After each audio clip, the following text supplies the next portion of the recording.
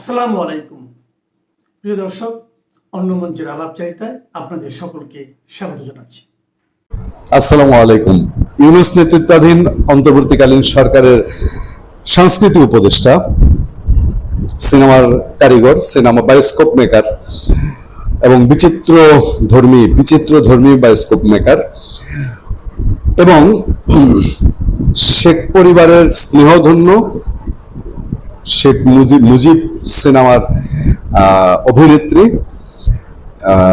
নায়িকা তিশার হাজবেন্ড হিসাবে উনি অন্য দিক দিয়েও পরিচিত, সেই মোস্তফা সরোয়ার ফারুকী তার ফেসবুক পোস্টটা, যেটা এই পোস্টটা পড়ে আমার প্রতি পদে পদে হাসি এবং ভিমরি খাওয়ার দশা হলো। কারণ হলো পোস্টের প্রতিটা লাইনে লাইনে শব্দে শব্দে আতঙ্ক, ভয়, থরথর করে কাঁপার একটা লক্ষণ। এই মোস্তফা সরোয়ার ফারুকী, যে কোম্পানির মাছ বেশি পানিতে পড়লে যা হয়, বাংলাদেশের সংস্কৃতি অঙ্গনে সে বিতর্কিত ভিন্ন কারণে। কারণ তার মেকিং এ কোনো গ্রামার ছিল না। এতদিনকার যুগ যুগ ধরে সৃষ্টি হওয়া নাটক, সিনেমার যে রোল থাকে, যে ব্যাকরণ থাকে, সেই ব্যাকরণের ধারে কাছেও সে যেত না। একটা গদবাঁধা সমাজের একটা অংশকে সাময়িক মজা দিয়ে ফারুকী এই মেকার হয়েছে, এইটুকুই তার যোগ্যতা। এবং এই যোগ্যতায় বাংলাদেশের সংস্কৃতির, শিক্ষা, সংস্কৃতি সবটাই যদি বলি, সেই সংস্কৃতির একদম গণ্ডমুণ্ড মুন্ডিতে তাকে বসানো হয়েছে। মানে গার্জিয়ান, সংস্কৃতি সাহিত্যের গার্জিয়ান হচ্ছে মোস্তফা সরোয়ার ফারুকী। তার ইচ্ছা মতো লুটপাট করেছে, তার ইচ্ছা মতো জুলাই জাদুঘর একটা বানানোর পায়তারা করেছে, এবং সেই জাদুঘর হচ্ছে, যে জাদুঘর টিকবে কি টিকবে না এই নিয়ে বিস্তর আলাপ আছে। এবং এই জাদুঘরের আসলে বৈশিষ্ট্য কি কি থাকবে না থাকবে, এবং সেই জাদুঘর করতে গিয়ে লুটপাট চালিয়েছে, নিয়োগ বাণিজ্য করেছে, অনুদান দিতে গিয়ে বাণিজ্য করেছে। মানে বলে না যে যে পাপ করে, পাপ নিজেকে তাড়িয়ে বেড়ায়। পাপের একটা আলাদা বিষয় আছে, যে সবসময় মানুষ বলে যে পাপ করলে পরে পাপে ভয়ে চরথর হয়ে পাপেই তো ভয় পায়। এবং যার কথা বলছি, এই ফারুকী জুলাই সন্ত্রাসীদের গডফাদার। সে নিজেও এটা স্বীকার করে, জুলাই সন্ত্রাসে তার উস্কানি ছিল। সোশ্যাল মিডিয়ায় যে জুলাই সন্ত্রাসীরা যেরকম সোশ্যাল মিডিয়া এবং ফেসবুকে পোস্ট দিতে খুব পছন্দ করে, মোস্তফা সরোয়ার ফারুকীও তার চেয়ে কম যায় না। তার এই ভয় লাগানো, ডর খাওয়া, ভিমরি খাওয়া, এখন বদহজম হওয়া পোস্ট থেকে 2-4টা লাইন একটু আপনাদেরকে পড়ে শোনাই। তার এই ভয়ে যুবতবু হওয়া ফেসবুক পোস্টটা একটু নজর দিতে চাই। এবং এই পোস্টটা শুধু ভয়ে যুবতবু হওয়া না, নিজেকে খুব সুপিরিয়র বানানো। তার কাছে কোনো মানুষকেই সে পাত্তা দেয় না, অন্য যারা তার সমালোচনা করছে তাকে সে পাত্তা দেয় না। 2-একটা লাইন একটু শুনেন, আপনাদেরও গা জ্বলবে। ভালো কাজের জন্য মূল্য দিতে হয় জেনেই অন্তর্বর্তী সরকারে যুক্ত হওয়ার ঝুঁকি নিয়েছিলেন বলে জানিয়েছেন সাবেক উপদেষ্টা ও চলচ্চিত্র নির্মাতা মোস্তফা সরোয়ার ফারুকী। তবে সেই মূল্য এতটা ভয়াবহ হবে তা কখনো ভাবেননি বলে জানান তিনি। রবিবার 7 জুন সামাজিক যোগাযোগ মাধ্যমে দেওয়া এক দীর্ঘ স্ট্যাটাসে বর্তমান পরিস্থিতি নিয়ে এভাবেই নিজ প্রতিক্রিয়া ব্যক্ত করেন ফারুকী। আর একটু সামান্য জায়গা, স্ট্যাটাসে মোস্তফা সরোয়ার ফারুকী লিখেন, প্রত্যেকটা ভালো কাজের একটা কাফফারা দিতে হয়, এটা জেনেই সরকারে ঢোকার ঝুঁকি নেই, কিন্তু সেটা যে এরকম ভয়াবহ হবে এটা ভাবি নাই। আমাদেরকে নিয়ে এমন সব মানুষজন কথা বলতেছে, এদের উত্তর দিলেও আমাদের ইজ্জত থাকে না। With all respect to them, এই মানুষগুলা আমাদের চিনে না, জানে না, জীবনে কোনোদিন আমাদের সিলেবাসেও ছিল না। এদের নিয়ে কথা বলা তো দূরের কথা, এদের নামও আমাদের আড্ডায় কেউ কোনোদিন একবারও উচ্চারণ করেননি। এই হচ্ছে ফারুকীর কথার ধরন। এবং এখানে বহু বুঝানো শুরু করেছে, ওই যে গাছেরটাও যে খাইছে তলারটাও খাইছে। আওয়ামী লীগ আমলেও আওয়ামী লীগের চূড়ান্ত সুবিধা নিচ্ছে, সরকারি অনুদানে সিনেমা, নাটক, ডকুমেন্টারি বানাইছে, বিজ্ঞাপনের ব্যবসা করছে। বিএনপি আমলেও ধুমায়া চুটায়া ব্যবসা করছে, তত্ত্বাবধায়ক সরকার আমলেও চুটায়া ব্যবসা করছে। এই সব কিছু নিয়ে সে একটা বিশাল নিজের একটা সাফাই গাওয়ার চেষ্টা করেছে, যে সে এইসব করে নাই, তার বিশাল মেধা বিক্রি করেই সে নাকি নির্মাতা হয়েছে। কিন্তু তার এই যে ভয়ে আটকে ওঠা, যে সরকারে আসার ঝুঁকি এতটা ভয়াবহ হবে ভাবিনি। যখন আওয়ামী লীগ মাঠে তার ঝটিকা মিছিল এখন আনুষ্ঠানিক মিছিলে চলে গেছে, একের পর এক মিছিলে সারা বাংলাদেশে মাথা থেকে মাথা পর্যন্ত কাঁপাচ্ছে তাদের ওই জয় বাংলা স্লোগান দিয়ে। সেই সময় ফারুকীরা কোন চিপা থেকে এখন বয়ান দিচ্ছেন এটা বোঝা খুব মুশকিল। এর মধ্যে ছড়িয়েছে, আমি 100% দায়িত্ব নিয়ে বলছি না, তবে সোশ্যাল মিডিয়ায় খুব শয়লাম যে ফারুকী, তার স্ত্রী সেই নায়িকা তৃষা এবং তার পরিবার সহ অস্ট্রেলিয়া চম্পট দিছে, সে অস্ট্রেলিয়া চলে গেছে। এই কথা বলতে কোনো দ্বিধা নাই যে বাংলাদেশ থেকে এদের ভাত উঠে গেছে, এবং বাংলাদেশ থেকে ভাত উঠে যাবে যাই নেই, শেষ থাপায় যা খাওয়ার সেই থাপায় খাইছে। খায়া ভাবছিল যে ইউনূস জামানা গেছে গিয়া, যাক বিএনপি জামানা চললেও আওয়ামী লীগ বোধহয় আর কোনোদিন এই দেশে ফিরে আসবে না। এই কল্পনা থেকে, এই দুঃস্বপ্ন যে দুঃস্বপ্ন হয়ে যাবে, এই জায়গা থেকে তারা ভেবেছিল যে যা কামানোর কামায় নিলাম, আচ্ছা দেশে যদি থাকতে পারি থাকবো, আর নাহলে বিদেশ চলে যাব। এই প্ল্যান নিয়ে তারা ছিল বলে আজকে তাদের বুকের ভিতরে এই ধুপধুপানি, এই কামড়ানো, মানুষ ছি ছি গালিগালাজ করছে, চারদিকে ধিক্কার। যে ফারুকীর মতো একটা লোক যেখানে উপদেষ্টা হয়েছে, উপদেষ্টা হওয়ার পরে বাংলাদেশে মব কালচারের পৃষ্ঠপোষকতা করছে, দুর্নীতি করছে, অনিয়ম করছে, জুচ্চুরি করছে, তার ইশারায় বহু অভিনেতা অভিনেত্রীর জীবন জ্বালাপালা হয়ে গেছিল। সেই সব কিছুর পরে এখন বোধহয় পাপের ডঙ্কা বাজা শুরু করেছে, নিজেই নিজের কপালে এখন হাত দিয়ে বসলো। ভালো থাকবেন। ডক্টর ইউনূসের নেতৃত্বাধীন কথিত অন্তর্বর্তীকালীন সরকারের 6 আগস্ট থেকে 14 জুলাই 2024 এই 100 দিনে হত্যাকাণ্ডের সংখ্যা 600+, অর্থাৎ 600-র ঊর্ধ্বে। বর্তমান প্রধানমন্ত্রী তারেক রহমানের নেতৃত্বাধীন সরকার প্রথম 100 দিন হত্যাকাণ্ডের সংখ্যা 605। এই হত্যাকাণ্ডের সংখ্যাটা গণমাধ্যম এবং সরকারি বিভিন্ন সংস্থা থেকে প্রাপ্ত তথ্যের ভিত্তিতে, অর্থাৎ সর্বশেষ 3টি সরকারের প্রথম 100 দিনের আইন শৃঙ্খলা পরিস্থিতির বড় ধরনের অবনতির যে চিত্র, বিশেষ করে হত্যাকাণ্ড, সেই বিষয়টা আমি তুলে ধরলাম। শেখ হাসিনা সরকারের 100 দিনে হত্যাকাণ্ডের শিকার হয়েছে 40 থেকে 60 জন। ডক্টর ইউনূসের 100 দিনে 600+, এবং বর্তমান প্রধানমন্ত্রী তারেক রহমানের আমলে তার দায়িত্ব গ্রহণের 100 দিনে 605। রাষ্ট্র পরিচালনা, আইন শৃঙ্খলা নিয়ন্ত্রণ তুলনামূলক বিচার করে দেখুন, শেখ হাসিনার সময়ই ভালো ছিলেন। দিল্লি না ঢাকা, দিল্লি না ঢাকা। $30 বিলিয়ন বিনিয়োগ হচ্ছে ভারতে। কোথায়?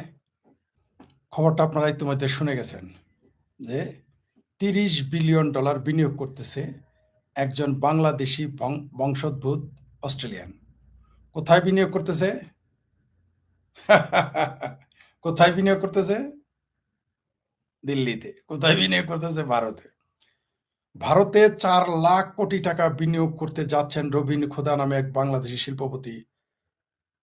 এর অংশ হিসেবে গত 5 জুন ভারতীয় প্রধানমন্ত্রী নরেন্দ্র মোদীর সাথে সাক্ষাৎ করেন তিনি। কি বুঝলেন? আচ্ছা, তাহলে এবার মূল খবরটা আমরা পড়ে আসি, দেখি কি আছে সেখানে।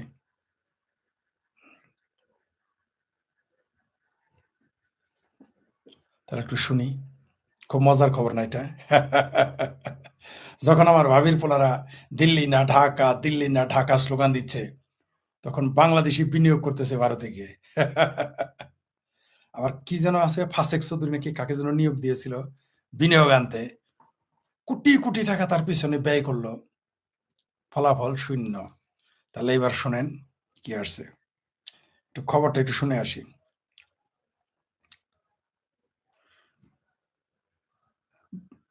খবর পড়তেছি, এটা দ্য বিজনেস স্ট্যান্ডার্ড বাংলাদেশের, সেখানে খবর হল শিরোনাম, ভারতে $30 বিলিয়ন মানে 4 লাখ কোটি টাকা বিনিয়োগ করবেন বাংলাদেশি অস্ট্রেলীয় ব্যবসায়ী। মূল খবর হচ্ছে ফোর্বসের। তো আচ্ছা, যাই হোক, আবার বললেন না যেটা এটা ভারতের গুজব, এটা আবার বললেন না। হ্যাঁ, আবার বললেন না এটা শেখ হাসিনা গুজব ছড়িয়েছে, বা আওয়ামী লীগ গুজব ছড়িয়েছে, বা আমি গুজব ছড়িয়েছি, বা ভারতের যারা দালাল তারা এটা আবার বললেন, হ্যাঁ হ্যাঁ। বিশ্বের সবচেয়ে জনবহুল দেশ ভারতে কৃত্রিম বুদ্ধিমত্তা এআই ও ক্লাউড কম্পিউটিং এর চাহিদা ক্রমে বাড়ছে। সেই চাহিদাকে কাজে লাগাতেই 2030 সালের মধ্যে ভারতের ডেটা সেন্টারের প্রকল্পে 3 লাখ কোটি রুপি 30 বিলিয়ন বিদেশি বিনিয়োগ করছেন, ডলারে বেশি বিনিয়োগ করছেন অস্ট্রেলিয়া ও বাংলাদেশি শিল্পপতি রবিন খোদা। হায় খোদা, হায় খোদা খালেদ, এটি কি হইলো? হায় খোদা জামাতের আমির, এটি কি? হায় খোদা পাশে এটি কি হইলো? শোনেন, এই বিনিয়োগ লক্ষ্যে ভারতের প্রধানমন্ত্রী নরেন্দ্র মোদী কর্মকর্তার সাথে বৈঠক করেছেন রবিন। বৈঠকের পরে এই ঘোষণা দেওয়া হয়েছে। শুক্রবার প্রকাশিত একটি বিবৃতিতে এয়ার ট্রাঙ্ক জানিয়েছে গোটা ভারত জুড়ে তারা 5 গিগাওয়াট ক্ষমতা সম্পন্ন ডেটা সেন্টার নির্মাণের পরিকল্পনা করেছে। এক্স নরেন্দ্র মোদী লিখেছেন, মানে বলেছেন, এই ধরনের বিনিয়োগ ক্লাউড কম্পিউটিং ও এআই এর আন্তর্জাতিক হাব হিসেবে ভারতের অবস্থানকে আরো মজবুত করবে। স্থানীয় সরবরাহ চেইনকে সহায়তা করে উদ্ভাবনীমুখী প্রবৃত্তিতে গতি আনবে। এটা নরেন্দ্র মোদীজি তার টুইটার বা এক্স হ্যান্ডেলে লিখেছেন। সবচেয়ে বড় প্রকল্পটি তৈরি হবে পশ্চিমাঞ্চলের রাজ্য মহারাষ্ট্রের। কোথাও আবার? শিবসেনার দেশে, শিবসেনা রাজ্যে। হ্যাঁ, চলতি সপ্তাহের শুরুতে মহারাষ্ট্রের মুখ্যমন্ত্রী দেবেন্দ্র ফডনবিস এক্সে জানান, এয়ার ট্রাঙ্ক তার রাজ্যে 3 গিগাওয়াটের একটি ডেটা সেন্টার হাব তৈরি করবে। এর জন্য প্রায় 2 লাখ কোটি রুপি করা হবে। মুম্বাইয়ের অদূরে রায়গড়ে এই প্রকল্পের জন্য জমি কিন্তু ইতিমধ্যে লেটার অফ ইন্টেন্টে সই করেছে সিডনি ভিত্তিক সংস্থাটি। বুঝতে পারছেন? আর সিইও রবিন খোদা বলেছেন, আমাদের উচ্চাকাঙ্ক্ষার মাত্রার সঙ্গে ভবিষ্যতের চাহিদার মাত্রা মিলে যাওয়ার সম্ভাবনা যে অল্প কয়েকটি বাজারে রয়েছে, ভারত তার অন্যতম। তারপর শুনেন, এশিয়া প্রশান্ত মহাসাগর অঞ্চলে ক্রমশ নিজেদের উপস্থিতি শক্তিশালী করেছে। সেটা শুনেন, ডেটা সেন্টারে এই রমরমা ভারতীয় ধন কুবেরদের আকৃষ্ট করেছে। আগামী কয়েক বছরে ভারত জুড়ে ডেটা সেন্টার উন্নয়ন ডিজিটাল অবকাঠামো প্রকল্প প্রায় $100 বিলিয়ন করে বিনিয়োগ করার পরিকল্পনা করেছে মুকেশ আম্বানি সহ। আচ্ছা, ওটা বাদ দিলাম, মুকেশ আম্বানি তার দেশে কি করবে? কি বুঝলেন ভাই? কি বুঝলেন? এখন শুনেন, দুই একটা কমেন্ট পরে শোনাই। আমি এখানে করছি দিল্লি না ঢাকা, কিভাবে ভোলারা। একজন প্রশ্ন করেছেন, একজন লিখেছেন, আব্দুল মালিক লিখেছেন, বাঙ্গুদের কলজা ফাইটটা যায়। ঠিক আছে, ঠিক আছে। তারপর কি? কেউ আবার দোয়া করছে তার জন্য। আচ্ছা, তারপর দেখেন, একজন লিখে আলে কামটা করলো কি? আরেকজন লিখছে, আমরা কি দোষ করলাম? প্রত্যেক ব্যবসায়ী তার বিনিয়োগের রিটার্ন চাইবে। সেক্ষেত্রে ভারতের মতো 150 কোটি মানুষের দেশে $30 বিলিয়ন বিনিয়োগ শুধু ব্যবসার দৃষ্টিকোণ থেকে করা হয়। জি, কথা সত্যি, এটাই সত্যি, এই কথাটাই বলি। হ্যাঁ, এই দেশে কয়টা ইসলামী কওমি মাদ্রাসা ও মসজিদ বানালে জনগণ প্রাণ খুলে দোয়া দিত। স্কাই টিভি নামে একজন করছেন। আরেকজন লিখেছেন, আতিকুর রহমান, উনি সুন্দর বলেছেন যে প্রতিটি বাজারে নিজস্ব শক্তি সত্তা আছে, কিন্তু ভারতে প্রবৃদ্ধি গতি পথ অন্যান্য, বিপুল জনসংখ্যা, ডিজিটাল প্রযুক্তি ব্যবহার, এআই হচ্ছে সম্ভাবনা কোথাও পাওয়া কঠিন। ঠিকই বলেছেন। একজন লিখেছেন, নিশাত রায়, ঢাকা না দিল্লি? দিল্লি, দিল্লি। ঠিক আছে, যেখানে বেশি লাভ সেখানে বিনিয়োগ। কারেক্ট, ঠিকই বলেছেন, এটাই সবাই। বাংলাদেশের বিনিয়োগ পরিবেশ দিতে পারলে বিনিয়োগ বাংলাদেশে করতে। কারেক্ট, এই কথাটাই তো বলি। তো আপনি বিনিয়োগ বাড়াবেন কি এই জঙ্গিবাদ উস্কানি দিয়ে, মৌলবাদ উস্কানি দিয়ে? পাকিস্তানকে জায়গা দিলে আপনার বিনিয়োগ বাড়বে? পাকিস্তানের নাম শুনলেই তো মানুষ পালায় যায়। যাই হোক,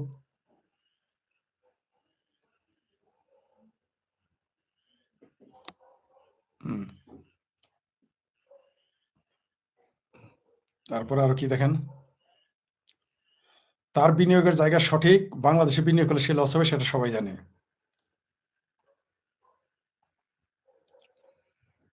নিজের দেশ দেখিয়ে যারা অন্য দেশে গিয়ে ইনভেস্ট করে বিজনেস করে তাদের সুযোগ দেওয়া উচিত। গুড ডিসিশন, বিনিয়োগকারী ভুল করে না।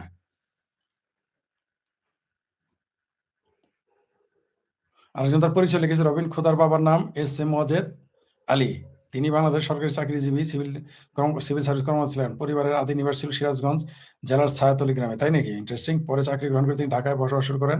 সেখান থেকে রবিন খোদার জন্ম, বেড়ে ওঠা। এই রবিন খোদার মায়ের নাম নির্ভরযোগ্য প্রকাশ হয়নি। তার বাবার সম্পর্কে তথ্য পাওয়া গেল, মায়ের নাম প্রকাশ করা হয় না। আরো জানেন, রবীন্দ্র বর্তমানে অস্ট্রেলিয়ার সিডনি শহরে 2 স্ত্রী 2 কন্যার সঙ্গে বসবাস করেন। হ্যাঁ, ঠিক আছে।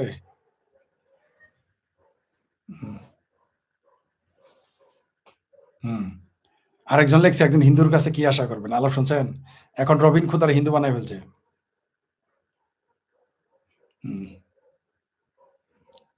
তারপর আরেকটা দেখি কে কি।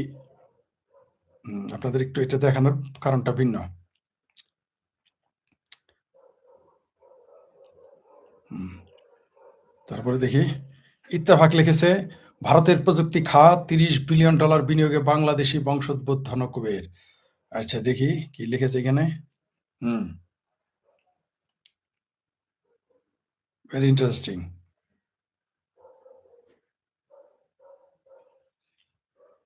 হ্যাঁ, ভারতের ডিজিটাল অবকাঠামো খাতে $30 বিলিয়ন বিনিয়োগ করতে যাচ্ছে বাংলাদেশি বংশোদ্ভূত ধনকুবের রবিন খোদা প্রতিষ্ঠান এআই ও ক্লাউড সম্প্রসারণে এই বিনিয়োগ। জানা গেছে ভারতের প্রযুক্তি অবকাঠামো খাতে 2030 $30 বিলিয়ন, 3 লাখ কোটি রুপি, 3 লাখ কোটি রুপি। আমাদের বাজেট যেন কত। হুম, ঠিক আছে। তিনি বলেছেন ভারত হলো বিশ্বের এমন কয়েকটি বাজারের একটি, যেটা আমি বারবার বলি, ভারত হলো বিশ্বের এমন কয়েকটি বাজারের একটি যেখানে ভবিষ্যৎ চাহিদার পরিমাপ আমাদের আকাঙ্ক্ষার সঙ্গে পুরোপুরি মিলে যায়। প্রতিটি বাজারে নিজস্ব শক্তি থাকে, তবে ভারতের প্রবৃত্তির গতিপথ অনন্য। এখানকার বিশাল জনসংখ্যার ডিজিটাল রূপান্তর, এআই নিয়ে তাদের উচ্চাকাঙ্ক্ষার যে সংমিশ্রণ তৈরি হয়েছে তা অন্য কোথাও পাওয়া সম্ভব নয়। যাই হোক, এবার আসি কে কোথায় কি কমেন্টস করেছে ওইগুলো তো আপনারা বুঝতেই পারতেছেন। এখন কি মনে হয় আপনাদের, আমাদের এই বাংলাদেশি কেন সেখানে গেল? আপনি যত কথাই বলেন, নিজের দেশের প্রতি সবারই কিন্তু ভালোবাসা টান থাকে। আপনি তাকে যদি অত্যাচার করেন তবুও। তাহলে রবিন খুদা, আমি যদি আজকে $30 বিলিয়ন মালিক থাকতাম বা আপনি থাকতেন, কি বলতেন? প্রথমে নিজের দেশটাকে কিন্তু আপনি বিনিয়োগ করতে চাইতেন। কথাটা সত্য কিনা বলেন? চাইতেন কিনা? চাইতেন। আমিও চাইতাম, রবিন খুদারও চাওয়ার কথা। কিন্তু কেন তিনি আসলেন না? কারণ এই দেশে বিনিয়োগের পরিবেশ নাই। এই দেশ শুধু মাদ্রাসা বানানোর জায়গা, এই দেশ শুধু মোল্লা পয়দা করার জায়গা, এই দেশে শুধু চিঙ্কু বাম পয়দা করার জায়গা, বিনিয়োগকারী পয়দা করার জায়গা না। তার একটা উদাহরণ দেই। আমি এই দেশে একটি হসপিটাল করার বিনিয়োগকারী এনেছিলাম। আপনি জানেন 3 জায়গায় জমি কিনতে গিয়ে কি হয়েছিল? কানাডা হাইকোর্ট দেখায়। সব হাইকোর্ট বিনিয়োগ করতে পারে নাই। আমি 3-4টা দেশের মানুষের বিনিয়োগের ব্যবস্থা তখনও পারতাম, এখনো পারি, ভবিষ্যতে পারবো। কিন্তু আমাদের রাষ্ট্র সেই সুযোগ সুবিধা দেয় না। একটা লাইসেন্স করতে গেলে হাসপাতালের জন্য কি করে জানেন? জমি কিনতে গেলে চাঁদাবাজি, জমি কিনতে গেলে বাটপারি। আশেপাশে সবাই যখনই শুনে যে এটা জমি কিনবে হাসপাতালের জন্য, আশেপাশে জমির দাম বাড়ায় দেয়। যে জমির দাম মনে করেন যে বিঘা হইলো 5 লাখ টাকা, আলোচনা করলে সেটা হয়ে যায় 10 লাখ। আবার লোক চলে আসে, আশেপাশে ইনভেস্টরদের নিয়ে যায়, নিয়ে আবার আশেপাশে তারাই জমি কেনা শুরু করে, চুক্তি করে, বায়নাপত্র আগে করে রাখে, মানে যাতে যায় গিয়ে বিপদে পড়ে ইনভেস্টর। তো ইনভেস্টর যারা করে তাদের কি বোকা মনে করেন? তারা হয়তো আমার মাধ্যমে বিনিয়োগ করবে, কিন্তু তারা তো সব খোঁজ নিতেছে আমি কার সাথে চলি, কিভাবে চলি, কার সাথে কি, আমাকে না জানি তারা খোঁজ নেয়। সবসময় চিন্তা থাকবে ধোকার। ভালো কাজ আপনি পারবেন না। একটা জায়গা আমাদের এলাকায় পেয়েছিলাম, ওখানে 30 বিঘা, বুঝছেন? জমির কিছু দালালের জন্য সেটা নিতে পারিনি। শুধু আমাদের সরিষাবাড়িতে কমসে কম 2000 মানুষের সরাসরি চাকরি হইতো। কমপক্ষে 2000 মানুষের চাকরি হইতো পার্মানেন্ট, মানে পার্মানেন্ট চাকরি। তাদের টেম্পোরারি থাকতো। তাহলে যেখানে 2000 স্টাফ চাকরি করবে একটা হসপিটাল, সেইখানে কত বিশাল আয়োজন হবে, কতগুলো গেস্ট হাউস হবে, কতগুলো খাবারের দোকান হবে, কত মানুষের সাথে পরিবহনের সাথে যুক্ত হবে, কতগুলো প্রতিষ্ঠান হবে সেখানে, কতগুলো আপনার এই শুধুমাত্র কম্পিউটারের যে দোকানগুলো হবে, প্রিন্টিং করার কতগুলো হবে, সেখানে ব্যাংকের কয়েকটা প্রতিষ্ঠান থাকবে, সেখানে তো কয়েকটা ব্যাংকই বসাইতে হবে, শাখা দিতে হবে, তাই না? কিন্তু আমাদের দেশে এগুলো সবসময় চিন্তা করে আমার 10 টাকা লাভ হয়েছে, সমাজের, রাষ্ট্রের যা ইচ্ছা তাই হয়ে যায়, কেউ সহায়তা করবে না। আপনি পণ্য রপ্তানি করবেন, আপনি বায়ার হয়ে যাবেন, যখনই আপনি কোনো ফ্যাক্টরিতে যাবেন জিনিসের দাম বাড়ায় দিবে। একজন আমাকে লিখেছে, আমাদের জামালপুরের কথা, এই যে আজকে লিখেছে যে আঙ্কেল জামালপুর থেকে নকশি কাঁথা নিয়ে যান। আরে বাবা, এটা আমি 7-8 বছর আগে চেষ্টা করেছি। খুচরা যা বেছে সেই দাম চাই যখন পাইকারি কিনতে যাই। এই হলো বাংলাদেশের মানুষ। জুতা জুতা জুতা একজন প্রতিবাদ করেছে আমার পোস্টে, এই যে গতকাল নাকি পরশু দিন দিয়েছি, যে জুতার দাম ভারত থেকে 180 থেকে 200 টাকা, সেই জুতা আমার বাংলাদেশে চেয়েছে 480 থেকে 500। একটা জুতা বিক্রি করলে কয় টাকা লাভ হবে? এক্সপোর্ট করলে সর্বোচ্চ 50 টাকা, ধরেন 100 টাকাই। তাহলে সে জায়গায় 500 টাকা আপনি আগেই নিয়ে নিলেন, তাহলে ফায়দাটা করবে কোথায়? 500 টাকা যদি আপনাকে দেয় তাহলে ট্যাক্স কত যাবে? পরিবহন, আপনি বলেন এই বাংলাদেশে ব্যবসা করতে পারবেন? মানে সুতার ব্যাপারে নিতে গেলে তো আরো, আর বস্তা নিতে গিয়ে তো আরো বোকা হয়েছি। ব্রোকাররাই অনেকে বলে আবার যে ব্রোকারে পাল্লাই পড়ছেন, মালিকের কাছে গেলে আরো বেশি চায়। তখন আমার বলে ডিলাররা তো আগে নিয়ে রাখছে। মানে সব দিক দিয়ে এরকম দেখবেন, এদের মেন্টাল প্রিপারেশনটাই ভিন্ন, আপনি পারবেন না ব্যবসা করতে। তারপরে C&F এর জালিয়াতি, পরিবহনের জালিয়াতি, সেটা আলাদা, বদমাইশি করবে সেটা আলাদা, সরকারি সমস্যা, লোন পাবেন না। বিদেশে আপনি যে পৃথিবীর অনেক দেশ আছে, আপনি যদি এক্সপোর্ট করেন আপনি মিনিমাম 70% আপনি লোন পাবেন, মিনিমাম, সর্বনিম্ন। কোনো দেশে 100%। আপনি যদি রপ্তানি যদি করতে পারেন, আপনি ব্যাংক আপনাকে 80% লোন দিবে, 80% মার্জিন দিবে, 80%, 70%, 90, কমসে কম তো 50% তো চোখ বন্ধ করে দেয়। আমার দেশে যান, নতুন ব্যবসায়ীদের তো হাইকোর্ট দেখাই দিবে, আপনার তো এলসি মার্জিন দিবেই না, নতুন ব্যবসায়ী মার্জিন দিবে না আপনাকে। আর যারা পুরাতন তাদেরও হাইকোর্ট দেখাই দেয়। আচ্ছা, ওই প্রসঙ্গ গেলাম, বাদ রাখেন। তাহলে আমার ভাবির পোলারা, এই যে তোমরা যে চিৎকার চেঁচামেচি, আমি যে বারবার বলি যে এই দেশে জামাতিরাই তো বিনিয়োগ করে না, বিএনপি নিজেরাই তো বিনিয়োগ করে না। বলেন 1 টাকা বিএনপির কোন শিল্পপতি 10 টাকা বিনিয়োগ করছে এই 3 মাসে? বলেন বিএনপির কোন শিল্পপতি 10 মাসে, 3 মাসে, তারা এখন তো তারা ক্ষমতায়, 30 টাকা বিনিয়োগ। বিএনপির যেতগুলো এমপি আছে 1 টাকা বিনিয়োগ করছে একটা শিল্পপতি, 1 টাকা। জামাতের যত জাকাতি টাকা, ফেতরা টাকা, নিজে করে বাটপারি টাকা, এবং নিজেদের ওদেরও ফান্ড আছে, ওদের অনেক পয়সা আছে, কই তাদের বিনিয়োগ করতে শুনছেন নতুন কোনো? বরং কালকেও কি দেখলাম যে গার্মেন্টস বন্ধ হয়ে গেছে, তারা ঈদের ছুটিতে এসে দেখে তাদের চাকরি নাই, বা ছুটিতে এসে দেখে তাদের চাকরি নাই 2,500-এর। কি বুঝলেন? এই হচ্ছে বাংলাদেশ। শিল্প কারখানার জন্য আপনি ব্যবসা নিতে পারবেন না। নার্সারির কথা বলি, নার্সারি, এই যে না আপনি দেখতেছেন আমি নিমের গাছ লাগাইতেছি, আমি কয়েক জায়গায় নার্সারির কথা বলছি। কি বলেছে আমাকে জানেন? তাদের আগে অ্যাডভান্স দিতে হবে, মানে তারা বীজ আনবে, বীজ রোপণ করবে, তারপরে আমাকে 4 মাস পরে, 3 মাস পরে দিবে, তাদের অ্যাডভান্স দিতে হবে অর্ধেক। এগুলো নার্সারির লাভ। আর ভারতে আপনি শুধু মুখে অর্ডার দিবেন, মুখে অর্ডার দিবেন, একজন যাবেন শুধু, ভারতের একজন, আপনার কাজ, আমার কাজ চলতেছে, আগামী বছর আমি ভারতে কমসে কম 1 কোটি নিম গাছ রোপণ করবো, 1 কোটি আগামী বছর ভারতে। আচ্ছা, বাংলাদেশে এখন আমি 20,000 রোপণ করতে পারি নাই, 20,000 রোপণ করতে পারি নাই। মাগনা গাছ রোপণ করবো, তা আমি করতে পারবো না। 25 টাকার নিমের গাছ এখন 45 টাকা হয়েছে, নো প্রবলেম, তারপর ঠিক আছে। আর ভারতে ওই 20-25, সর্বোচ্চ 30 রুপি, এর মধ্যেই থাকে। এরা বাড়ায় না দাম, যদি বাল্ক নেন নিলে আরো কমে। আর এখানে যখন আপনি বাল্ক মানে বেশি অর্ডার দিবেন, দাম বেড়ে যায়। অদ্ভুত ব্যাপার। এখানে নার্সারিতে আমি বলছি যে আমার আগামী বছর আমার 20 লাখ চারা দরকার। আমি কয়েকজনকে বলেছি, সবাই আমার কাছে টাকা চায়, অ্যাডভান্স টাকা, তাও অর্ধেক টাকা চায়। চিন্তা করে দেখছেন, তার লাভ কিন্তু অর্ধেকের বেশি, আমার কাছে অর্ধেক টাকা চায়। কেন? আমি মানে এরা বুঝতেন তো, ব্যবসা যারা বুঝে না, বুঝে না, বাংলাদেশের মানুষ ব্যবসা বুঝে না। আপনারা বলে দিই, আমি আমার চ্যানেলের মাধ্যমে বলি, যারা নিমের চারা, যত চারা করবেন আমি কিনে নেবো আপনার কাছ থেকে, যত নিমের চারা করবেন, যত আপনি নিমের, যারা নার্সারি ব্যবসা করেন, আপনি করেন, আমাকে মেসেজ করেন, এত চারা আপনার, আমি আমার টার্গেট এখন থেকে পূরণ করতে থাকবো, আপনার কাছ থেকে নিবো, আমি কথা দিলাম। আপনি চেক চাইলে চেক পৌঁছে যাবে আমার, আপনি অ্যাডভান্স পাবেন না, ওইলে ব্যবসা করি না, ওইলে করে দেখছি, টাকা আর ফেরত পাওয়া যায় না, জিনিস তো পাবেন, এটা কত অজুহাত। আপনি আমাকে নিমের চারা দেন, যত চারা দেবেন সবগুলো আমি কিনে নিব।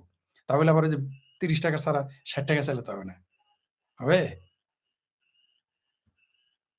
আমি নিজে বলেছি, আমি টাকা দিব, তোমার বীজের টাকা দিব, সারের টাকা দিব, লেবারের টাকাও দিব, তুমি নার্সারি করো। বুঝেই না এরা।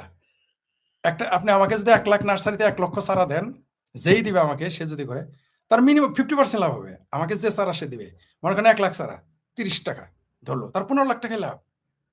এগুলো বলি, তারা গুরুত্বই দেয় না। আর যারা গুরুত্ব, তারা বলে আমি অ্যাডভান্স করি, তাকে আমার আগেই 15 লাখ টাকা দিতে হবে। মানে বুঝতে পারছেন তো কিরকম ব্যবসা এটা? আমি বলছি আপনার চারা, বীজ, লেবারের খরচ সমস্তই আমি দিব, তাও রাজি না। কিন্তু ভারতে কিছু না, শুধু আমার জামিন হয়েছে, পনে বলছে হ্যাঁ আমি ফরিদকে চিনি, মিস্টার শেখ ফরিদকে চিনি, তারপরে আমার ভিডিও দেশে তারা বলছে নো প্রো, কত এত চাহিদা, ডিমান্ড কত? 1 লাখ, ডিমান্ড কত? 50,000। তারা নিয়ে নিচ্ছে, তাই 1 টাকাও চাই নাই আমার কাছে, শুধু বলছে যে কনফার্ম করে না, কনফার্ম করে দিয়েছে। 1 কোটি চারা ভারতে যে আমি কিনবো, 1 কোটি চারাতে তাদের মিনিমাম 1 কোটি চারার দাম কত? 25 টাকা হলে 25 কোটি, অর্ধেকে কিন্তু লাভ, 12.5 কোটি টাকা তাতে লাভ হবে। 30 টাকা হলে 30 কোটি, 40 টাকা হলে 40 কোটি, 20 কোটি টাকা কিন্তু লাভ।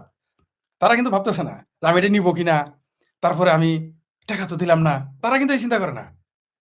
জুতার কথা বলেছি, বাংলাদেশের মানুষের চরিত্র বলি, জুতা আমার কি বলছে জানেন?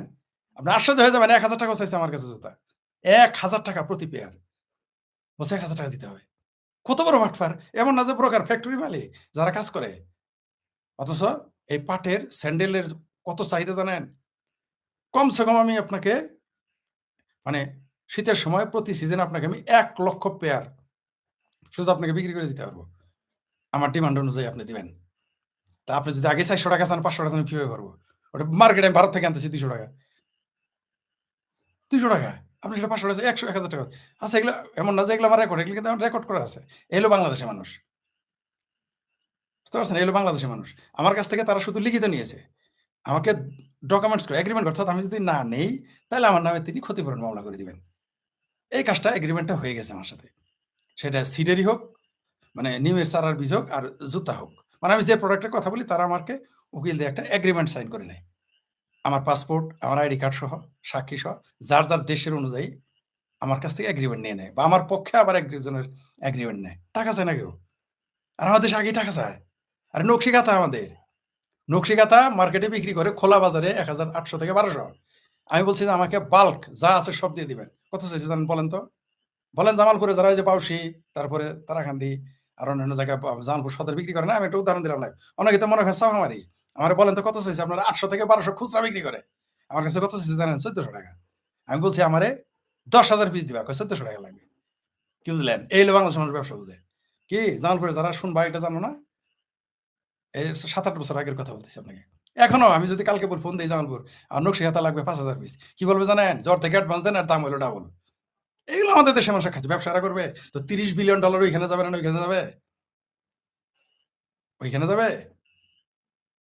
সিরাজগঞ্জ আমি শুধু একজন মানুষ পাইছি সিরাজগঞ্জের। তিনি নিমের চারার নার্সারি করছে, আমার কাছে ৳১ নেয় নাই। এমনকি এগ্রিমেন্টও করেনি। সে বলছে যে আপনার আমি ১,০০,০০০ চারা দিব।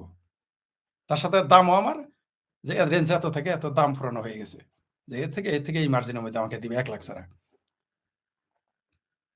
এই একটা লোকই পাইছি শুধু। ওই অঞ্চলে যেগুলো নিমের চারা আগামী বছর যাবে, ওইখানে ১,০০,০০০ চারা যাবে। ওই জেলাতেই শুধু, এক জেলাতেই, সিরাজগঞ্জ জেলাতেই। আর যাদের কাছেই বলছি আগে টাকা চায়। তাও টাকার পরিমাণের একটা মাত্রা থাকতে হবে তো। বীজ কত টাকা? এত টাকা। সার কত? এত টাকা। লেবার কত? এত টাকা। না, মানে তার যে ব্যবসা হবে তার চেয়ে বেশি আগেই চায়। তাহলে আপনি বিনিয়োগ করেন, আপনার কাছে কে যাবে? এই হলো বাংলাদেশের মানুষ ব্যবসা বুঝে না। যেকোনো ব্যবসা আপনার বিশ্বাস হয় না আপনার? আপনি করতে গিয়ে দেখেন। করতে গিয়ে দেখেন। আজ পর্যন্ত আমি বাংলাদেশের মানুষের যা অর্ডার দিয়েছি, এমনকি পাটের জন্য, পাট কেনার জন্য লোক পাঠিয়েছি। কি বলছে জানেন? তারা প্রতিদিন ২,০০০ করে টাকা দিতে হবে। সে খুঁজে, খুঁজে আমার পাট নিয়ে দিবে। ৩-৪ জেলায় করতেছে। আগেই তারা টাকা দেন লাগবে প্রতিদিন পাট কিনি আর না কিনি। আলাপ শুনছেন? এই হলো বাংলাদেশের মানুষের ব্যবসা বুঝে। অন্য দেশ কিন্তু তা না। তারা বলবে কত অর্ডার আপনি দেন। আপনি অর্ডার দেন, এগ্রিমেন্ট করেন। সর্বোচ্চ চেক চাই, এর চেয়ে বেশি কিছু না। তার মানে এই না যে বাংলাদেশের মানুষ সবাই ব্যবসা বুঝে না, তা না। অবশ্যই ব্যবসা বুঝে নাকি সেটা আমার প্রসঙ্গ। এখন বুঝতে পারছেন তো কেন? আর এটা হলো বাংলাদেশের মানুষ। এবার রাষ্ট্রীয় চরিত্র আসেন, কানাডা হাইকোর্ট দেখে একটা হাসপাতাল লাইসেন্স পাইতে আমার ৩ বছর আমি শেখপুরিত পাইনি। ৩ বছর দাঁড়ে ঘুরেছি। আমাকে হাসপাতাল লাইসেন্স দেয় না। কানাডা হাইকোর্ট, অথচ লাইসেন্স ছাড়াই হাসপাতাল চালায়। কোনো সমস্যা হয় না। কেউ সহযোগিতা করে না। রাষ্ট্র আপনাকে সহযোগিতা করবে না। ভারত কেন এরকম করে? কারণ ভারতে কেন যায়? একদিকে হলো তারা সেখানে ১৫০ কোটি মানুষ। পাশাপাশি তাদের মানে আপনি যদি ভারতে ব্যবসা করেন, আপনার কোথাও যাওয়ার দরকার নেই। শুধু ভারতই যথেষ্ট। অথচ বাংলাদেশ হতে পারতো বিজনেস হাব। ১৭ কোটি ১৮ কোটি মানুষের দেশ। আমার দেশের এই $৩০ বিলিয়ন আমার দেশে আসার কথা ছিল। আসার কথা ছিল না? কিন্তু নাই। আপনি দেখেন চামড়া শিল্প বাংলাদেশের শেষ, ধ্বংস করে দিছে। এই জন্য কিন্তু কারো দোষ না, আসল দোষ। চামড়া শিল্প নিয়ে কিন্তু কোনো কেউ কথা বলে না। বলেন তো কেন? কারণ এটা তো ভারতকে দুষতে পারবেন না। এমনকি পাট শিল্প ধ্বংসের জন্য ভারতকে দোষী। অথচ বিএনপি ২০০০ এই যে তারা যখন ২০০১ থেকে ৫ ক্ষমতায় থাকলো, আদমজি তারা বন্ধ করলো। দোষ দেয় আওয়ামী লীগের। এক বামপন্থী নেতা আমাকে বলছে যে আওয়ামী লীগ নাকি দেয়। বামপন্থী বলছে, আল্লাহ আপনার ঘিলু নষ্ট হয়েছে, এটা তো নষ্ট করছে, এটা বন্ধ করছে বিএনপি, আদমজি জুট মিল। মজার বিষয়, আদমজি জুট মিল বাংলাদেশে বন্ধ হয়েছে আর ভারতে জুট মিল চালু হয়ে গেছে। কেন ভাই? বাংলাদেশের টেক্সটাইল মার খাচ্ছে, গার্মেন্টস মার খাচ্ছে, ভারতের সাউথে এটা নতুন করে করতেছে। এটা জানেন আপনারা? চামড়া শিল্প সব চায়না দখল করে নিয়েছে, একেবারে মাগনা। পানির দরে চামড়া নিয়ে সারা দুনিয়াতে বাংলাদেশে চামড়া দেয়। সে বাংলাদেশের চামড়া পাকা করে সারা দুনিয়ায় সাপ্লাই করতেছে। পানির দরে নিতেছে চায়না। বাংলাদেশের চামড়া শিল্প কিন্তু চায়নার দখল, আপনারা জানেন? মধুপুরে আমি না, আরো কয়েকজন, আমি না শুধু, বেশ কয়েকজন মধুপুরে পাইনাপেল মানে আনারসের জুস করে ১০০% রপ্তানি ব্যবসা। আরে ভাই, আপনি ঘুরতে ঘুরতে বাংলাদেশের সব স্বাস্থ্য মন্ত্রণালয় বলেন, খাদ্য মন্ত্রণালয় মানে কি বলবো আর ভাই, ঘুরতে ঘুরতে শিল্প মন্ত্রণালয় ঘুরেন, ঘুরতে ঘুরতে আপনার আপনার জুতার তলা হয়ে যাওয়ার পারমিশন পাবেন না। নাহলে আমি কি একা বুঝি? মধুপুরের লোকজন কি আপনি কি দানোর চেষ্টা করে নাই? মধুপুর অন্তত 50 জনকে চিনি, তারা নিজেরাই, যাদের নিজেরা জমিদার, তারাও চেষ্টা করতে পারে নাই। সরকার শহীদ নামে একটা লোক ছিল, আগে করতে আওয়ামী লীগ, পরে করে বিএনপি, তিনিও বহুত চেষ্টা করেছিলেন। এছাড়াও আরো কয়েকজন আছে, বহু লোক চেষ্টা করছে, তাদের নাম আপনারা জানেন। বহু মানুষ চেষ্টা করেছে, পারে নাই। সরকার এত ডিস্টার্ব করে রাখবে, এমন আপনার সামনে কালা বিলাই ছেড়ে দিবে যাতে আপনি করতে, তারপর চাঁদাবাজি লোকাল প্রবলেম, সেটা আলাদা কথা। তো এই বিনিয়োগকারীদের আকৃষ্ট আপনি করতে পারবেন না। এই আশিক ফাশিক চৌধুরীর কাজ বাচ্চা, ওর জায়গায় যদি আমার রাখতো না এতদিন বাংলাদেশে, ওই দেখেন এক বাংলাদেশের যদি আনতে পারতাম, এই যে এই লোকটা যদি হাতে পায়ে ধরে বাংলাদেশে আনতে পারতেন, 4 লাখ কোটি টাকা। আর ওই ফাশিক নাকি আশিক চৌধুরী, ওর পিছনে লাখ লাখ টাকা না, কোটি, 100 কোটি টাকার উপরে খরচ হয়েছে সম্ভবত প্রথম কয়েক মাসেই। আবার বিএনপিও তার নিয়ে নাচলো। আর আমার মতো ফরিদ, আমি তো কোনো যোগ্য মানুষ না, বড় ব্যবসায়ী না। আমারও যদি শুধু আপনার পেটে ভাতে আর বিমান ভাড়া দেন, আমার খাবার দিবেন, থাকবার দিবেন, আর হোটেল ভাড়া দিবেন, বিমান ভাড়া দিবেন, আর একটাও দিতে হবে না। দেখেন বাংলাদেশে বিনিয়োগ আনতে পারি কিনা, দেখেন আনতে পারি কিনা। অন্তত 10, 20 হাজার, 30 হাজার কোটি টাকা বিনিয়োগ আনা তো কোনো বিষয় না, যদি মিনিমাম যোগ্যতা থাকে আপনার বিষয় সম্পর্কে। আর ফাশিক চৌধুরী নাকি দুনিয়া এত বড় পণ্ডিত, এত বড় শিক্ষিত, তার পিছনে রাষ্ট্র, ইউনুস, সারা দুনিয়া 5 পয়সা টন টন টন টন 1 টাকা বিনিয়োগ আনতে পারেনি, বরং বাংলাদেশের $30 বিলিয়ন অন্য জায়গায় চলে গেল। এর চেয়ে দুঃখের লজ্জার কি থাকতে পারে? এই হলো আমাদের বাংলাদেশ, এই হলো আমাদের বাংলাদেশ। বাংলাদেশে বিনিয়োগ করার জন্য বহু মানুষ আছে, কিন্তু না রাষ্ট্র ব্যবস্থা, না, এখন তো নাই, এখন তো আসবেই না। কারণ হলো এখন বাংলাদেশের রাজনীতি অস্থিতিশীল। সবাই জানে বাংলাদেশে যে কোনো সময় সিভিল ওয়ার হবে, যে কোনো সময় যুদ্ধ হবে, এটা সবাই জানে। এটা কোনো ব্যবসায়ী 5 পয়সা, ব্যবসায়ীদের বোধাই মনে করেন না। ব্যবসায়ী আপনার পাম্পট্টিতে ওই ডেস্টুনিতে কারা গেছে জানেন? আমার মতো যারা ফইতে তারা গেছে। ওই যে যারা লুবি, ব্যবসা করতে বুঝে না, তারাই গেছে। ডেস্টুনিতে কোনো শিল্পপতিরে যেতে দেখছেন? নিউ ইয়র্কে কোনো শিল্পপতি যাইতে দেখছেন? এত পাগল পাইছেন আপনি? হাই হাই কোম্পানিতে কোনো শিল্পপতি কোনোদিনই যায় নাই, বরং ওরা হাই হাই কোম্পানি বানায় আপনার চুষে নেওয়ার জন্য। ব্যবসায়ীদের যখন সাথে কথা বলি, তারা কিন্তু প্রত্যেকটা কথা আপনার হিসাব করে, অঙ্ক কষে একটা বলেতে দেয় না, একটা আপনাকে ছাড়বে না। আপনার কথা দিয়ে বুঝে ফেলবে আপনার দূর কতটুকু। ফাঁসিক চৌধুরী, আশিক চৌধুরী স্টুডেন্ট বুটে লেয় না, হবে না। প্রথম হলো দেশপ্রেম থাকতে হবে ফার্স্ট, ভণ্ড হওয়া যাবে না। কনফিডেন্ট, ও তো নিজেও তো জানে ও চলে যাবে, ও নিজেই চলে যাবে, ও জানে। আর বিশ্বাস করবে কে? ব্যবসায়ীরা জানে যে বাংলাদেশে এই মুহূর্তে রাজনৈতিক অস্থিতিশীলতা চলতেছে। পাকিস্তানে কেন বিনিয়োগ হয় না? ঠিক ওই কারণে বাংলাদেশে বিনিয়োগ হবে না এখন। সব বিনিয়োগ ভারতে চলে যাচ্ছে। আপনি কি জানেন? আমি কিন্তু এর আগে বলছিলাম যে বাংলাদেশের ব্যবসায়ীরা বিনিয়োগ করতেছে, আমি বিশ্বাস হয় না? ওই যে আমি যে বললাম আপনার 1 কোটি নিমের চারা কিনবো, ওটা আমার বাবার টাকা। আর বাবা কি 25-30 কোটি টাকা হয়ে গেছে, বলে তো বাংলাদেশি লোকেরই টাকা। এবং এটা মনে করেন না যে একটা আওয়ামী লীগ, একটা আওয়ামী লীগ না। আর অনেকে ভাববেন যে আওয়ামী লীগের জালিয়াতের টাকা দিবেন না, আওয়ামী লীগ না, ব্যবসায়ী, সাধারণ ব্যবসায়ী। আপনার মতো হয়তো কেউ 5 লাখ দিবে, কেউ 20 লাখ দিবে, কেউ 50 লাখ দিবে, কেউ 1 কোটি দিবে, এরকম করে। কেন বিনিয়োগ করবে? কারণ হলো যে এই বিনিয়োগ ফিরে আসবে। বাংলাদেশে খোদ ভরসা নাই, ব্যাংকের ভরসা নাই, কয় টাকা রিটার্ন পাইতেছেন ভরসা নাই। বাংলাদেশের এই জুলাইয়ের 24 আগস্টের পরে বাংলাদেশের শুধু রাজনীতির ক্ষতি হয় নাই, অর্থনীতির ক্ষতি হয় নাই, সবকিছু ক্ষতি হয়ে গেছে, ধ্বংস হয়ে গেছে। গণতন্ত্র, অর্থনীতি, বাংলাদেশের ভবিষ্যৎ একেবারেই ধ্বংস। বাংলাদেশ আগামীতে রাজনৈতিক স্থিতিশীলতা যদি না আসে, এই দেশে মানুষ না খেয়ে মারা যাবে। এখনই তো 1 কোটি মানুষ ভারতে গিয়ে কামলা দিতে হয়, তাই না? কামের বেড়ে দিতে হয়। তাহলে আগামীতে কি হবে? বাংলাদেশের মানুষ, আপনারা কি জানেন যে বাংলাদেশের মানুষ গোপনে ভারতের সিনেমায় বিনিয়োগ করে? আপনারা জানেন? জানেনই না। বাংলাদেশ অন্তত 100 জন লোক ভারতে, এটা আমি ওই একটা যে কোনো একটা কারণে খোঁজ নিতে একটা একটা ফিল্মের ব্যাপারে কথা বলতে যাই জানছি। বাংলাদেশে আমি জানিই না, যাই দেখি বাংলাভাষী মানুষ বসে আছে। শুধু মুম্বাই না, চেন্নাইও বসে আছে। চেন্নাই শুধু কামলা দিতে যায় না বাংলাদেশিরা, কিন্তু এই যে এমনিও গালাগালি করে যে বাংলাদেশিরা কামলা দিতে যায়, কাজের বেটি না ভাই, ধনী মানুষও আছে, তারা বিনিয়োগ করতেছে। আপনি জানেন সেটা? বৈধভাবে অবৈধভাবে বিনিয়োগ করে। চেন্নাই, মুম্বাইও বিনিয়োগ করতেছে, তারা সাউথেও তারা বিনিয়োগ করতেছে। সিনেমাতে 100 জন, মিনিমাম 100 জন। বাংলাদেশে 100 জন ইন্ডাস্ট্রিয়ালিস্ট এখানে বিনিয়োগ, মানে শিল্প ব্যবসা মেরে খেয়ে এই ব্যবসায় নামছে, বুঝবেনই না তারা বিনিয়োগ করতেছে। এরকম বিনিয়োগের ধর্ম কি? অর্থের ধর্ম কি? পানির ধর্ম কি? সে নিচে যাবে। কিন্তু আমার বাসায় উল্টা, কিন্তু আমার বাসায় আমি বুঝি না, মোটর নাই, কিছু নাই, পানি কেমনে উপরে উঠে জানি না, মেকানিজম বুঝি না। এখানেও কোনো মেকানিজম আছে, আমার বাসায় কি এটা আমি জানি না। আমার বাসায় মোটর কিন্তু নাই, কারেন্ট চলে না, এমনি চলে। পানির ধর্ম শুনছি, নিচে যায়, এটা উপরে যায়, কেমনে কেমনে যেন যায় আমি জানি না। এর মধ্যে কোনো মেকানিজম আছে হয়তো, আমি জানি না। এটা পানির ধর্ম যেমন নিচে যায়, বিনিয়োগের ধর্ম যেখানে বিনিয়োগ ফিরে আসবে সেখানে যায়। যেখানে যুদ্ধ চলে সেখানে কেউ যুদ্ধ বাজারে বিনিয়োগ করবে, আর কেউ না। এই যে যুদ্ধের ভাব দেখতেছেন না, এগুলো বিনিয়োগ করে, এটা বিনিয়োগ। যুদ্ধ একটা ব্যবসা রে ভাই, আপনি চাইলেও যুদ্ধ থামাইতে পারবেন না। এই পুরনো অস্ত্র মস্ত্র এগুলো কোথায় বিক্রি করে? মনে করেন 20 বছর আগে America, German, Russia, France, Bharat, China, Australia, France এরা বানাইছে না বিভিন্ন দেশ। এই অস্ত্রগুলো কাজে খাটাইতে হবে না?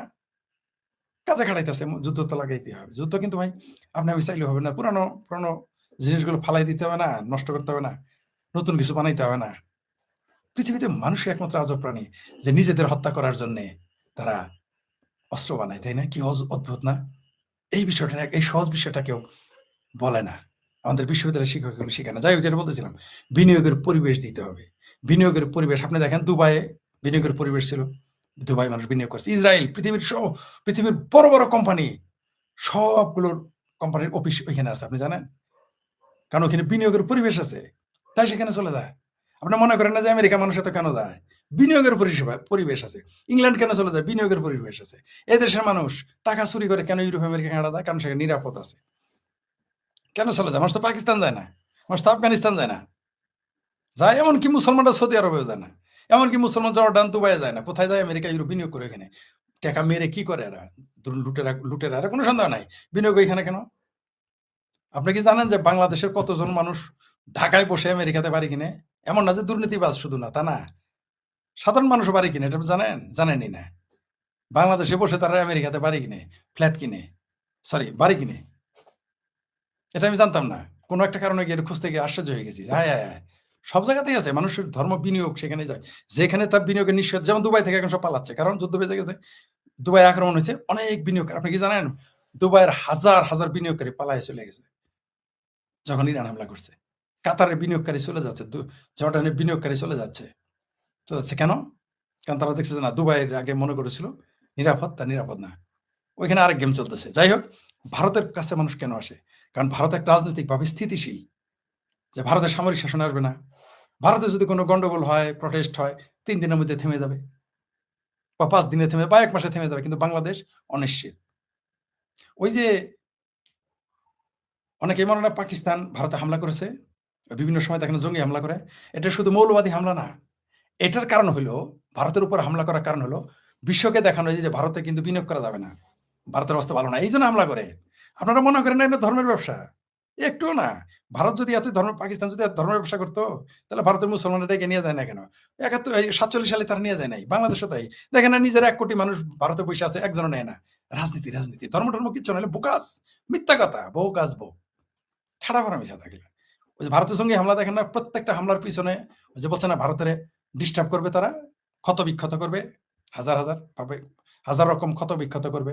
তাদের পলিসি পাকিস্তানের উদ্দেশ্য হলো অর্থনীতি ধ্বংস করা। কারণ যুদ্ধ করলে সেখানে মানুষ বিনিয়োগ করবে না। ওই যে পাকিস্তানে ওই 2 দিন পর পর দেখবেন বোমা মারতেছে, গাড়ি উড়েছে। উদ্দেশ্য শুধু পাকিস্তানকে অস্থিতিশীল করা না, পাকিস্তান যাতে বিনিয়োগ কেউ না আসে সেজন্য। আপনারা দেখেন ভারত চায়না সিপ্যাক করতেছিল, বন্ধ হয়ে গেছে। বেলুচিস্তানের মারামারিতে বন্ধ হয়ে গেছে। পাকিস্তান কেউ বিনিয়োগ করে না। একমাত্র একটা রাষ্ট্র, সে হলো চীন, এখন সেও বন্ধ করে দিচ্ছে, কেউ বিনিয়োগ করে না। তার জন্য তো পাকিস্তান ভিখারিস্তানে পরিণত হয়েছে, বাংলাদেশ ওই দিকে যাচ্ছে। ভারত ওই যে কিছুদিন আগে হামলা দেখলেন না, কাশ্মীরের একটা জায়গায় পুলওয়ামা হামলা, এটা ছিল শুধুমাত্র ধর্মীয় কারণ না।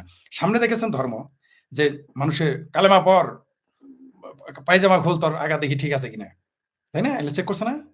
এগুলো অন্য মূল উদ্দেশ্য হলো ভারতকে অস্থিতিশীল করা, পৃথিবীকে দেখানো এই যে দেখো এদের রাজনীতি, ওখানে যাতে ওখানে পর্যটক না যায়, পাশাপাশি অর্থনীতি যাতে ধ্বংস করা যায়, এই জন্য এগুলো করে। শুধুমাত্র রাজনৈতিক উদ্দেশ্য না। কারণ ভারতের সাথে কোনোদিনও যুদ্ধ করে পারবে না পাকিস্তান। কেন? এত মুরত, এত কিছু পারে, এত জজবা, এত পারে, যুদ্ধ যায় না কেন পাকিস্তান ভারতের সাথে? কারণ যুদ্ধে গেলে তো যুদ্ধ শেষ। যুদ্ধ আপনি 1 মাস, 2 মাস, 3 মাস, 4 মাস, 6 মাস, 1 বছর করুন, তারপর তো শেষ হয়ে যাবে। হয় আপনি ধ্বংস হয়ে যাবেন, নাহলে ভারত ধ্বংস হবে, অথবা কেউ মীমাংস করে দিবে। কিন্তু ডিস্টার্ব করতে হবে, ডিস্টার্ব করলে বিনিয়োগ করবে না। ভারত এগুলো বুঝে। তার জন্য ভারত, এ দেখেন না, বাংলাদেশ চুলকাইতেছে ভারতকে, যুদ্ধে জানে না। যুদ্ধে যাওয়া মানে ভারতের অর্থনীতি আঘাত পড়বে। ভারত তো বাংলাদেশকে 7 দিনের মধ্যে আপনাকে সারেন্ডার করাবে, তাই না? এটা ইউক্রেন পান নাই যে চুপচাপ থাকবে, সেটা ভাড়ায় ফেলবে। প্রথমে গিয়ে এখানে পানিপথ দখল করবে। ভাই আমরা সামরিক লোক না, কিন্তু আমাদের কিছু জ্ঞান আছে, ভূগোল জ্ঞান আছে কিছু। প্রথমে গিয়ে ওইখানে চিটাগাংটা দখল করবে ভারত, বলবে বিসমিল্লাহির রহমানির রহিম, শুভম শীঘ্রম। প্রথমে চিটাগাং দখল করে নেবে, বন্দর। আর বার্মার সাথে অলরেডি লিঙ্ক করে ফেলছে, বার্মা ওই দিক থেকে ডিস্টার্ব করবে না। তা আপনি কই যাবেন? আকাশপথে যুদ্ধ বললে আকাশপথ এমনি বন্ধ হয়ে যাবে, কোথায় যাবেন? একেবারে সিপাই করে যাবেন, গাজা না বাজা বাজা হয়ে যাবেন। কিন্তু ভারত কেন যাবে না জানেন? ভারতের যে লসটা হবে, ভারত অর্থনৈতিকভাবে পঙ্গু হয়ে যাবে। কারণ এই যে বিনিয়োগ $30 বিলিয়ন খোদ বাংলাদেশে, একটা বিনিয়োগকারী 4 লাখ কোটি টাকা, এরকম তো শত শত বিনিয়োগকারী আসবে। ভারত তো ওই ঝুঁকি নিবে না। সেই জন্য ভারত চুপ থাকবে। ওই যে গল্প বলছিলাম না, আমাদের আরামনগর বাজারে বা রামনগর বাজারে এক লোক ছিল, তার খাদায় খাদায় জমি, তার সাথে ফুটপাতের এক দোকানদারের ঝগড়া লাগছে। সে বলছে যে, কাহা তুমি ওরা তো মারামারি করো না, থাবড়া মারো না কে দূরে, শালারা মায়ের জেলে বাড়াও না কেন? ওরা যদি মারি হাসপাতাল নিলে আমার টাকা দিতে হবো, ওরা যদি জেলে পুরি তাহলে আমার বাড়িতে ওর বউ পোলাপান আমার পাল দেবো, তাই আমার গাল পারতেছে, গাল পারুক। ভারত এই পলিসি নিয়েছে, বুঝতে পারছেন? আপনি মনে করেন না যে গ্রামে, এই যে গ্রামের মানুষ যে কিছু পলিসি নেয়, এগুলো মনে করেন এগুলো চাণক্য নীতি, সে পড়ে নাই। আপনি পৃথিবীর অনেক নিয়ম, অনেক কিছু মানেন যা আপনি পড়েন নাই, কিন্তু হয়তো আপনি প্রাচীন গ্রিকের তথ্য মানতে কথা মানতেছেন, বা দর্শন মানতেছেন, বা ভারতের দর্শন মানতেছেন, বা পারস্য দর্শন মানতেছেন, কোনো না কোনো ভাবে আপনি মানতেছেন, কিন্তু আপনি জানেন না ওটা ওই দর্শনটা মানে। তো ওই গ্রামের ওই কথাটা চাণক্য নীতির সাথে মিল আছে। কারণ অতি দুর্বলের সাথে তাকে একবার কিক আউট করে, একবার ভ্যানিশ করে দিতে হবে, আর নাহলে কিছু করা যাবে না। তো বাংলাদেশটাকে তো ভ্যানিশ করে দিতে পারবে না ভারত, কারণ 18 কোটি মানুষ ভ্যানিশ করা যাবে না, এগুলো ভাত খাওয়াতে পালতে হবে। তাই সেই ঝুঁকি নিবে না ভারত। এরা মারলেও বিপদ, মানে বাংলাদেশ ভারতের জন্য হয়ে গেছে সূত্রার পাতা, ওরা ধরলেও বিপদ, ও এসে আপনার গায়ে পড়লেও বিপদ। যেমন আমার দেখে মানুষ অনেকে ডরায়, যারা আমার ছোটবেলা থেকেই চিনে তারা জানে যে আমাকে বলা হয়তো ফরিদ কিন্তু সূত্রার পাতা, ও যদি ধরে তাও বিপদ, আর তুই যদি ফরিদের ধরস তাও বিপদ। এটা আমার এলাকায় আমার যারা ঘনিষ্ঠ লোক তারা সবাই জানে, এবং বড়রাও জানে আমি ওই জাতের, মানে বুঝছেন তো ওই স্বভাবের। তো এটা ভারত বাংলাদেশ কিনে এই বিপদে আছে। ভারতটা হলো, বাংলাদেশ হলো ভারতের জন্য গলার কাটা, না সে গিলতে পারতেছে, না সে বমি করে দিতে পারতেছে, নইলে এতক্ষণ সোজা করে ফেলতো। তারপরেও ভারত ভদ্র প্রতিবেশী, তাই ঝুঁকি নেয় না। যেটা বলতেছিলাম যে শিরোনাম, $30 বিলিয়ন চলে গেল কোথায়? বাংলাদেশি বংশোদ্ভূত ভারতে। তাই এবার ঢাকা না দিল্লি, ঢাকা না দিল্লি, ভাবির পোলার এখন কেমন লাগলো? যাই হোক, নিজের বউ, নিজের বুঝ নাকি পাগলেও বুঝে, কিন্তু বাংলাদেশের বাঙ্গুরা, এই পেয়ারা পাকিস্তান নিজের বোঝও বোঝে না। মানে ভাইরে ভাই, আমি বাংলাদেশের হিন্দুদের, বাংলাদেশের মুসলমানদের বুঝাইতে বুঝাইতে নিজেই বুঝে গেলাম, এদের বুঝাইতে পারলাম না। বাংলাদেশের হিন্দুদের যেমন ঐক্য করতে পারলাম না, এত গালি দেয় তারপর ঐক্য হয় না, এত সতর্ক করি আর ঐক্য দেয় না, বরং উল্টো আমারই নাকি 2-4 জন গালি দেয়, অবশ্য অনেকে ভালোবাসে। এই যে মুসলমানদের আমি গালি দেই, মানে ভাই আপনার আমি খারাপ চাইতে হয় না, ভালো চাই।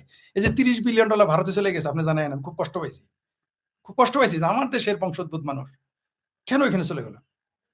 এই যে আমি 1 কোটি নিমের গাছ ভারতে রোপণ করব, আমার বাংলাদেশে পারতেছি না, সুযোগ দেয় না কেউ, সুযোগ দেয় না, সাথে সহযোগিতা করে না। আমি টাকা দিব, আমি তারপরও সহযোগিতা পাই না।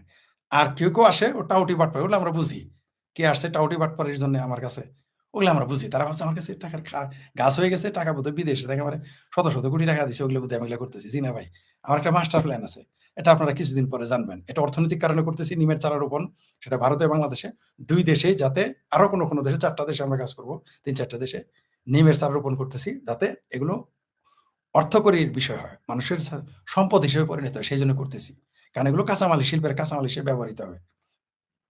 খারাপ লাগে রে ভাই, এই বাংলাদেশের মুসলমানদের এত গালি দেয়, এই আকল এদের বুঝে না। আর ভাই মাদ্রাসার এত দরকার না, ওই যে বাহার ছিল, ওই যে কুমিল্লার বাহার, যারা আমিও কট্টর সমালোচক, সেই এমপি বাহার বলছে মাদ্রাসার দরকার নাই, রিয়েলি মাদ্রাসার দরকার নাই। টাকলা ফুয়াদ যে আপনাদের বললো স্কুল এত দরকার নাই, বিশ্ববিদ্যালয় দরকার নাই, আপনাদের কারো অনুভূতি চলবে যেখানে। আমি জানি মাদ্রাসা বন্ধ হয়েছে, বাহার বলছে না, এমপি বাহার না করছে না, বাহার ভাই দরকার নাই, আপনাদের ছিট লেগে গেছে। আমিও তো বলি এত মাদ্রাসা তো দরকার নাই ভাই, মাদ্রাসা থেকে তোমার কি কাজ? ভাত পাবা, লিল্লা ঘর পয়দা করবা, কোন কচুটা করবা?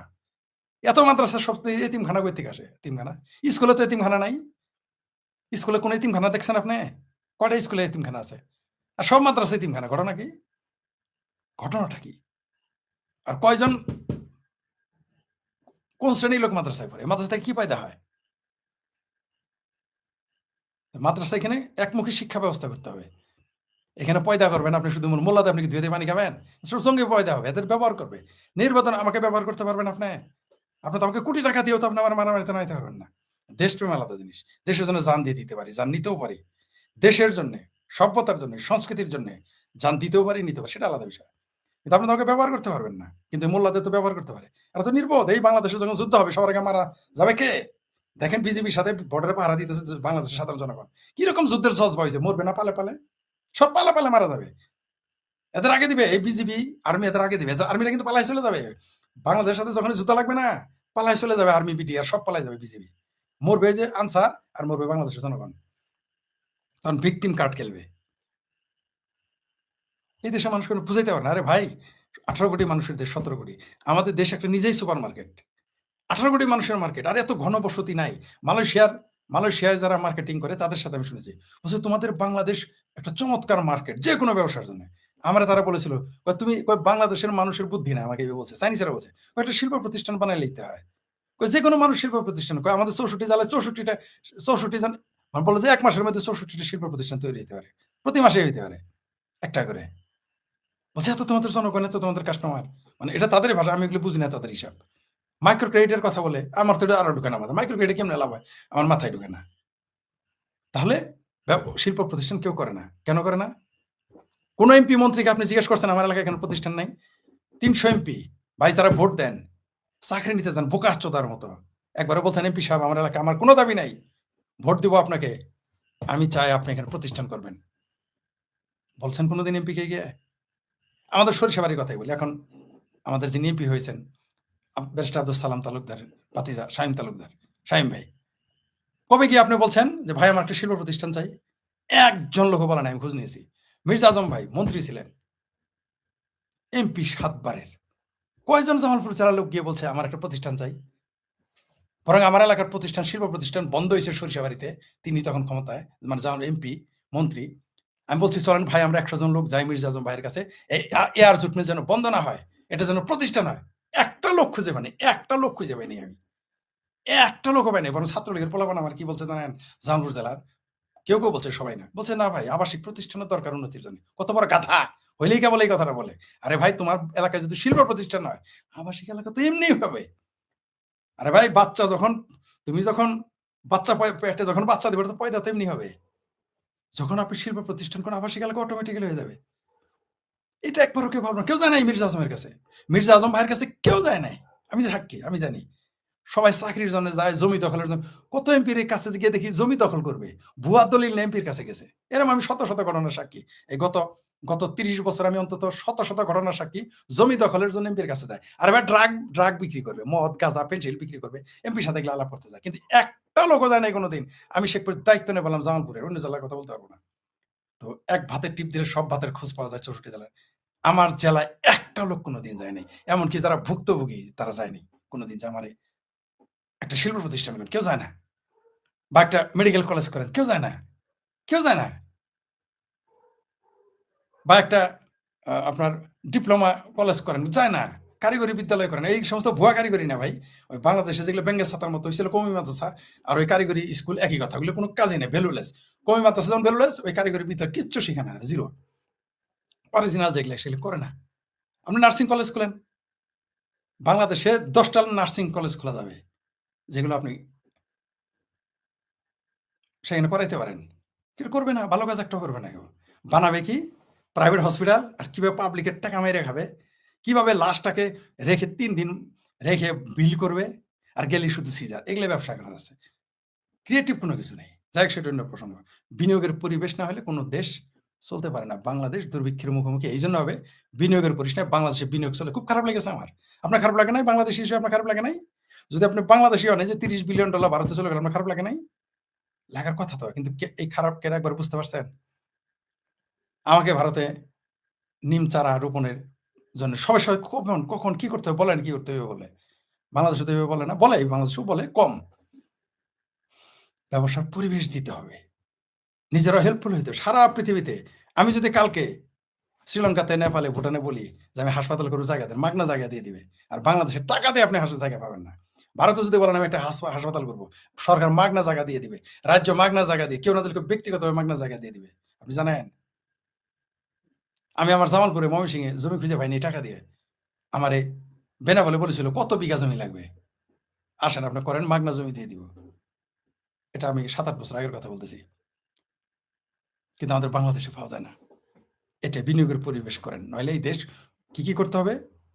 বিনিয়োগের পরিবেশ করতে হবে, রাজনৈতিক স্থিতিশীলতা আনতে হবে, নাহলে এই দেশ এবং অর্থনীতি একবারে ডুবে যাবে। জি, অনেক লম্বা হয়ে গেল আলোচনা, দুঃখিত আমি। আচ্ছা দেখি, ইজ গোয়িং কি, যেখানে ভরসা পাবে সেখানে, হ্যাঁ ঠিক বলছে, যেখানে বসেন। ফরিদ ভাই কেমন আছেন? জি ভালো আছি। সাংবাদিক পাঠানো হয়েছে বাংলাদেশের মুখ্যমন্ত্রী শুভকামনা কি 4800 বাংলাদেশি, আর লাখ লাখ যাবে কেবল 4000। নমস্কার ফরিদ জি, নমস্কার, গুড মর্নিং, শুভ সন্ধ্যা ফরিদ ভাই, শুভ সন্ধ্যা। প্লিজ বাংলা কি রবীন খোদা কি ফ্যাসিস্ট ফ্রেন্ড? হ্যাঁ, যাক ভালো থাকবেন, অনেক লম্বা হয়ে গেল, দুঃখিত।